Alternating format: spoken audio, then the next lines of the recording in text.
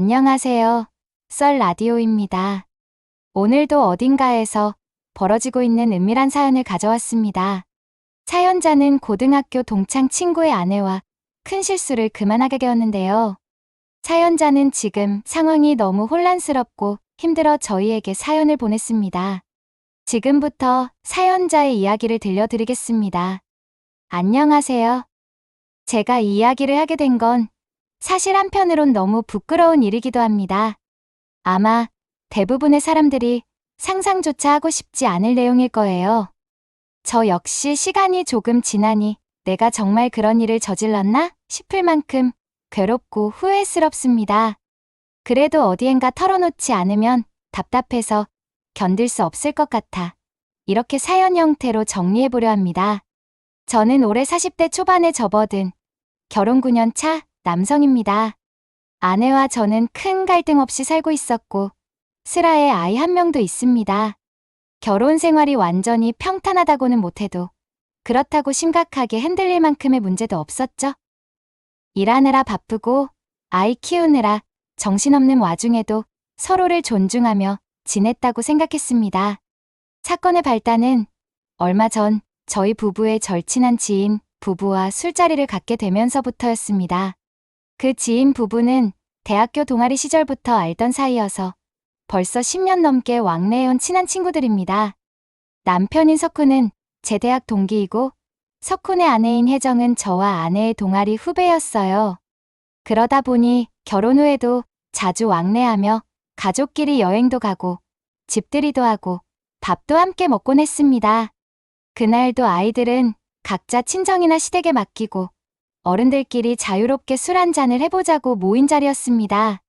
원래는 석훈의 직장 동료도 몇 명 더 올 예정이었는데 갑작스럽게 다들 일이 생겨 저희 넷째, 제 아내, 석훈, 혜정만 모이게 되었죠. 평소 같으면 더 시끌벅적하게 놀 텐데 이날은 저녁 식당에서 조용히 소주를 기울이고 삼겹살이나 파전 같은 안주를 곁들였습니다. 처음엔 별거 아닌 대화가 오갔습니다. 석훈의 회사 이야기도 듣고 혜정이 다니는 헬스장 썰도 듣고 제 아내도 얼마 전 직장에서 스트레스를 받았던 일을 털어놓으면서 서로 위로해주고 공감해주는 분위기였죠. 그렇게 두어 시간 흘렀을까 술 기운이 조금씩 올라오니 자연스럽게 2차로 노래방이나 다른 술집을 갈까 하는 말이 나왔습니다. 하지만 다들 피곤하기도 하고 굳이 시끄러운 곳보다는 편안한 곳에서 술 마시고 싶어 하더군요. 결국 석훈이 우리 집으로 옮겨서 마실래? 마침 집도 가깝고 편하게 마시다 갈 수 있잖아 라고 제안했습니다. 제 아내도 그래. 아이도 없으니까 오늘은 좀 늦게까지 수다 떨다 와요라며 찬성했고 저 역시 반대할 이유가 없었죠. 혜정이 그럼 빨리 집에 가서 안주거리 좀 챙겨볼게라고 하길래 우리는 곧장 택시를 타고 석훈네 집으로 이동했습니다. 석훈 부부의 집은 깔끔하고 널찍했습니다. 아이가 아직 없어서 거실에 이것저것 놓을 공간이 많았죠. 혜정은 냉장고에서 과일과 치즈, 살라미 같은 안주를 꺼내 고급 와인을 한 병 열었습니다. 이미 식당에서 소주를 꽤 마셨는데도 분위기가 오히려 더 무르익은 게 문제라면 문제였을 겁니다. 지금 돌이켜보면 그 순간부터 어딘지 모르게 이상한 긴장감이 감돌기 시작했습니다. 그날 혜정은 평소보다 짙게 화장을 했고 살짝 타이트한 옷차림이었는데 제가 그 모습을 의식하기 시작했다는 걸 인정해야겠죠? 물론 혜정은 늘 미모가 뛰어난 편이긴 했지만 그날은 뭔가 또 다르게 보였습니다. 술이 들어갔으니 괜한 망상을 했을 수도 있겠지만 이상하게 혜정의 시선이 종종 제게 머무는 듯한 느낌이 들었습니다. 한편 제 아내와 석훈은 거실 테이블에 앉아 이것저것 이야기를 나누고 있었는데 오래된 친구 사이답게 아주 편하고 친밀해 보였습니다. 그런 장면이 저는 이상하게 조금 신경이 쓰였지만 동시에 나도 혜정이랑 딱히 어색할 건 없는데 하는 생각이 들어 더 재밌게 이야기를 해봐야겠다고 마음먹었죠. 그런 사소한 감정들이 쌓이고 술 기운까지 겹치면서 결국은 돌이킬 수 없는 실수로 이어질 줄 정말 몰랐습니다. 석훈 부부의 거실은 넓은 소파와 테이블이 놓여 있었고, 저와 아내, 석훈과 혜정 이렇게 네 사람이 동그랗게 앉아 술잔을 기울이기 시작했습니다. 소파에 앉으면 자연스럽게 더 가까워지고 부부 생활에 대한 이야기가 슬슬 나오는 게 중년 부부들의 술자리 특징이기도 하죠. 그날도 예외가 아니었습니다. 아내는 평소에 저에게 못다한 불만을 석훈에게 농담 삼아 털어놓았고, 석훈은 제 아내 편을 들며 야, 너도 아내한테 좀 더 잘해줘야지라고 저를 장난스레 비난했습니다. 저도 지지 않고 내 아내 혜정도 꽤나 깐깐하던데 라며 맞받아쳤고, 그러자 혜정이 어머, 내가 언제 깐깐해요라고 웃으며 살짝 때리는 신용을 했죠. 분위기가 정말 화기애애하고 약간은 장난스러운 수준에서 이어졌습니다. 그러다가 혜정이 느닷없이 사실 나 오늘 기분이 좀 들떠 있어요. 오늘 헬스장에서 2kg 뺐다고 칭찬을 좀 받았거든요라며 기분 좋은 얼굴로 털어놓았는데 그 말이 제 신경을 이상하게 자극했습니다. 아마도 혜정이 그 말과 함께 자기 몸매를 과시하듯 조금 몸을 비트는 제스처를 취했는데 술에 취한 제 눈엔 그 모습이 살짝 관능적으로 보였던 것 같습니다. 제가 괜히 오 역시 혜정씨 몸매가 확 달라졌네. 석훈이 좋겠다라고 말했는데 혜정이 갑자기 오빠는 왜 자꾸 그런 말만 해요. 내가 늘씬해지면 좋은 건 나 자신이지라며 웃으면서 제 등짝을 톡톡 치기도 했습니다. 그 정도면 그냥 친한 후배의 장난 같은 건데 왠지 제 심장이 약간 뛰는 걸 느꼈습니다. 석훈이 옆에서 얘들아, 둘이 분위기 왜 이래? 이상하네? 하하 하고 농담을 던졌고 아내도 그러게 괜히 둘이 티키타카 잘 맞네? 라며 농을 치니 우리는 아니야. 무슨 소리야 하며 웃어넘겼습니다. 그런데 그 웃음 속에서 혜정이 저를 보는 시선이 분명히 평소와 달랐습니다. 정말 미미한 차이였지만 설마 하고 제가 직감하게 되는 느낌이었죠. 술자리에서 우연히 마주치는 눈빛 교환, 그리고 혜정이 아슬아슬하게 제 팔에 손을 댈 때의 미묘한 접촉이 제 뇌리에 깊이 박혔습니다. 저는 분명 아내와 잘 살고 있고 친구 석훈을 배신할 생각 같은 건 해본 적도 없습니다. 그럼에도 그 순간 이상하게 두근거린다라는 감정을 느낀 건 부정할 수 없었습니다. 아마도 내가 어떤 금기된 흥분을 일시적으로 체험하고 있다는 걸 스스로도 어렴풋이 자각했죠. 그러면서도 제 정신의 한쪽에서는 이건 아니야. 너 친구 아내랑 무슨 헛바람이야 하고 강력히 경고를 보냈습니다. 하지만 술이 더 돌고 밤이 깊어지면서 경계심이 조금씩 무뎌졌습니다. 아내와 석훈은 어느새 거실 테이블에서 치즈와 와인을 즐기며 회사나 일상 이야기에 열중해 있었고 저와 혜정은 살짝 떨어진 소파 가장자리에서 약간 더 개인적인 대화를 나누게 되었죠. 그때 혜정이 제게 불쑥 오빠, 요즘 힘들다면서요? 회사 일 때문에. 괜찮아요? 라고 묻는 바람에 저는 속내를 조금 털어놓았습니다. 사실 좀 스트레스가 많긴 하지. 팀장도 까다롭고 일이 산더미처럼 쌓여있고 그래도 견뎌야지 뭐. 혜정은 살짝 고개를 끄덕이며 그래도 건강 챙겨가면서 일해요. 오빠, 나이도 있는데? 라며 걱정 어린 말을 건네주더군요. 그 말이 별것 아니었는데도 그 순간 저는 희미한 위안을 받았고 혜정에게 고마움을 느꼈습니다. 그 순간 혜정이 제가 들고 있던 잔에 와인을 더 따라주면서 자기 잔도 채우고 우리 둘만 살짝 건배해요라고 작게 속삭였습니다. 그러면서 잔을 부딪히는데 혜정이 저와 무척 가까운 거리로 다가와서 솔직히 향수 냄새와 피부 온기가 느껴질 정도였습니다. 제가 얼떨결에 그래 하고 잔을 들었는데 혜정의 손이 잔을 잡은 제 손목 위를 스치고 지나가는 느낌이 났습니다. 짧은 순간이었지만 그 오싹할 짜릿한 감촉이 지금도 선명하게 기억납니다. 시간이 얼마나 흘렀을까요? 술자리가 계속되고 어느덧 새벽 1시가 넘었습니다. 아내와 석훈은 소파 테이블에 머리를 살짝 기댄 채 졸기 시작했고 저와 혜정은 그대로 소파 반대편에 앉아 조곤조곤 대화를 이어갔습니다. 평소라면 아내가 저를 깨워서 이제 그만 일어나자 할 텐데 이날은 다들 피곤해서인지 서로 그냥 내버려 두더군요. 문제는 그 내버려둔 시간 동안 혜정과 제가 너무 가까워졌다는 데 있었습니다. 혜정이 처음엔 좀 춥다면서 제 옆으로 더 붙었고 제가 겉옷을 건네주자 오빠는 안 춥냐며 소매를 살짝 잡았습니다. 술 취한 상태에서 그런 무심한 스킨십은 돌발적으로 통제하기가 어려웠습니다. 그러다 혜정이 실실 웃더니 오빠, 내가 사실 오늘 이상하게 오빠가 멋있어 보였어요 라고 작은 목소리로 말했습니다. 저는 깜짝 놀라야 무슨 소리야. 석훈이도 있고 내 아내도 있는데 라며 당황했지만 혜정은 그냥 술주정이라고 생각해요. 나도 지금 이 순간이 이상하긴 해. 라며 시선을 피했습니다. 그 말에 저는 정신이 혼미해졌습니다. 이거 진짜로 잘못되겠는데?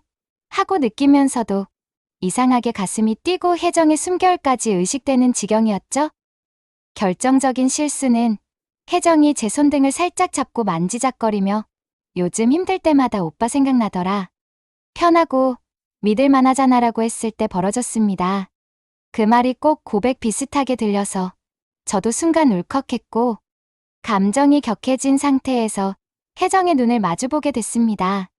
그렇지 않아도 밀착되어 있던 우리는 술 기운에 화끈 달아오른 상태였습니다. 머릿속에서는 안 돼. 이건 절대 안 되라고 외치는데 몸이 말을 듣지 않았습니다. 결국 저와 혜정은 잠시 서로의 시선에 머물다 정말로 짧은 입맞춤을 하게 되고 말았습니다. 이게 단순한 해프닝이었으면 차라리 나았을까요? 서로의 입술이 닿는 그 순간 전등이 꺼져 있는 거실 한 구석에서 우리는 사실상 치명적인 선을 넘고 있었습니다. 누군가가 불쑥 깨어나 너희들 뭐 하는 거야? 라고 소리쳤다면 차라리 상황이 깨졌을 텐데 아내와 석훈 모두 곤히 잠든 상태였습니다. 짧지만 강렬했던 그 키스가 끝나고 혜정은 제 가슴에 얼굴을 파묻듯 부끄러워했습니다. 저도 차마 혜정을 바라볼 수가 없었습니다. 서로 아무 말 없이 몇 초간 떨리는 숨소리만 들리다가 혜정이 미안해요, 오빠. 라고 속삭였습니다. 그리고 저도 아니, 내가 더 미안하다. 이러면 안 되는 건데. 라고 답했죠. 술 기운에 저지른 짧은 순간의 실수였지만 그 무게는 어마어마했습니다. 저는 혜정이 제게 기대고 있는 상태에서 억지로 몸을 떼며 우리 이러면 안 돼. 정말 미안한데 이제 정신 차리자고 급히 말했습니다. 혜정도 눈물을 글썽이는 듯 하더군요. 응. 나도 이건 안 된다는 거 알면서 미쳤지. 오빠, 어떡해. 라며 자책하는데 솔직히 그 모습마저 애잔하게 느껴졌습니다. 정신을 차려보니 시계는 새벽 2시를 넘어서고 있었습니다. 제가 아내를 깨우려고 다가갔더니 아내는 깊이 잠든 상태였고 석훈도 거실 테이블 위에 고개를 떨군 채 골아떨어져 있었습니다. 이미 이 집에서 더 놀기엔 상황이 너무 기괴해졌고 저는 아내를 부축해 자리에서 일어났죠. 혜정은 숨죽인 목소리로 오빠, 미안해. 꼭 잊어버려요. 오늘 일. 이라고 말했지만 사실 그게 어디 잊혀지겠습니까? 집에 돌아온 건 새벽 3시가 다 되어가는 시각이었습니다. 아내는 거의 비몽사몽인 채로 샤워도 못하고 침대로 직행했고 저는 거실에 멍하니 앉아있다가 씻지도 못한 채 밤을 샜습니다. 머릿속에서 계속 혜정의 얼굴과 그 짧았던 입맞춤의 느낌이 떠나지 않았습니다. 동시에 내가 이걸 어떻게 수습해야 하지? 석훈이와 아내가 알게 되면 어쩌지? 하는 공포와 죄책감이 섞여 정신이 혼미해졌습니다. 다음 날 아내는 숙취로 머리가 아프다며 늦게 일어나서 전날 일에 대해선 자세히 묻지 않았습니다. 어렴풋이 나 어제 언제 잠들었어? 정신이 하나도 없네라고 하길래 저는 그냥 많이 취해서 자더라. 그래서 내가 깨워서 데리고 왔어라고만 말했습니다. 아내도 자세한 기억이 없었는지 더 묻지 않았습니다. 안도의 숨을 쉬는 동시에 스스로가 혐오스러웠죠? 거짓말을 하고 있잖아. 그것도 무슨 거짓말이야. 하는 자괴감이 엄습했습니다. 한편 석훈이나 혜정에게서 연락이 오면 어떡하나 두려웠는데 그날은 아무 연락이 없었습니다. 저녁 무렵이 되어서야 석훈이 단체 카톡방에 어제 다들 고생했다. 다음엔 좀 적당히 마시자 크크라는 메시지를 남겼을 뿐이었습니다. 혜정은 아무 말이 없었고 저도 굳이 개인적으로 연락을 할 용기가 나지 않았습니다. 그냥 지나가면 괜찮을까? 혜정도 어차피 술김에 실수였다고 생각하고 싶어 하겠지라고 스스로를 달랬습니다. 하지만 시간이 갈수록 저는 점점 더 불안함에 휩싸였습니다. 혹시 혜정이 나한테 다른 감정을 갖게 된 건 아닐까? 아니면 혹시 나중에 석훈이한테 들키는 게 아닐까? 하는 온갖 상상이 꼬리에 꼬리를 물었죠. 특히 한번 금기를 깨버린 이상 또다시 그런 상황이 벌어지면 어떻게 해야 할지 감이 잡히지 않았습니다. 아내를 쳐다볼 때마다 마음이 무거워 견딜 수 없었고 석훈 생각만 해도 숨이 막혔습니다. 며칠 뒤 석훈이 전화로 주말에 또 보기로 한 약속 있었잖아. 이번에는 너희 집에서 할까? 라고 물었습니다. 원래부터 정해둔 일정이긴 했지만 저는 당연히 거절하고 싶었죠. 그래서 미안. 요즘 집안에 일이 좀 있고 아내도 바빠서 이번 주엔 어렵겠다라고 둘러댔습니다. 석훈은 의아해하면서도 그래? 알았다. 그럼 다음에 잡자고 순순히 받아들였습니다. 저는 속으로 석훈이 눈치챈 건 없나? 혹시 혜정이 말하지 않았나? 하는 불안이 떠나지 않았습니다. 그 후로 2주 정도 지났는데도 혜정은 아무 연락이 없었습니다. 저도 차마 먼저 연락할 용기도 없었고 그냥 이대로 묻혀버리길 간절히 바랐습니다. 어차피 기억에서 지워야 할 일이라면 서로 마주치지 않는 게 최선이겠지라는 생각이었죠. 하지만 제 마음 한구석은 여전히 불안과 죄책감, 그리고 묘한 갈증에 사로잡혀 있었습니다. 한번 스친 금단의 감정이라는 게 그렇게 간단히 사라지지 않더군요. 3주가 지났을 때쯤 혜정에게서 카톡 한 통이 왔습니다. 오빠, 잘 지내세요? 우리 그날 일 정말 미안했어요. 나 그냥 아무 일 없었던 것처럼 지내려고 하는데 잘 안 되네요. 짧은 메시지였지만 제 심장을 후벼 팠습니다. 이제야 혜정도 그 일을 잊지 못하고 있고 아마 저처럼 힘들어하고 있다는 걸 알았습니다. 저는 한참 고민 끝에 혜정아, 나도 너무 미안해. 실수였고 다시는 그러면 안 된다는 걸 알아. 혹시 힘들면 통화라도 할까? 라는 답장을 보냈습니다. 곧바로 전화가 걸려왔고 혜정은 울먹이는 목소리로 오빠, 나 어떡해요? 석훈이는 전혀 몰라요. 근데 난 자꾸 그날 생각이 나서 사실 무서워요. 내가 또 이상한 감정 생길까봐라고 털어놓았습니다. 그 말을 듣는데 저도 소름이 끼쳤습니다.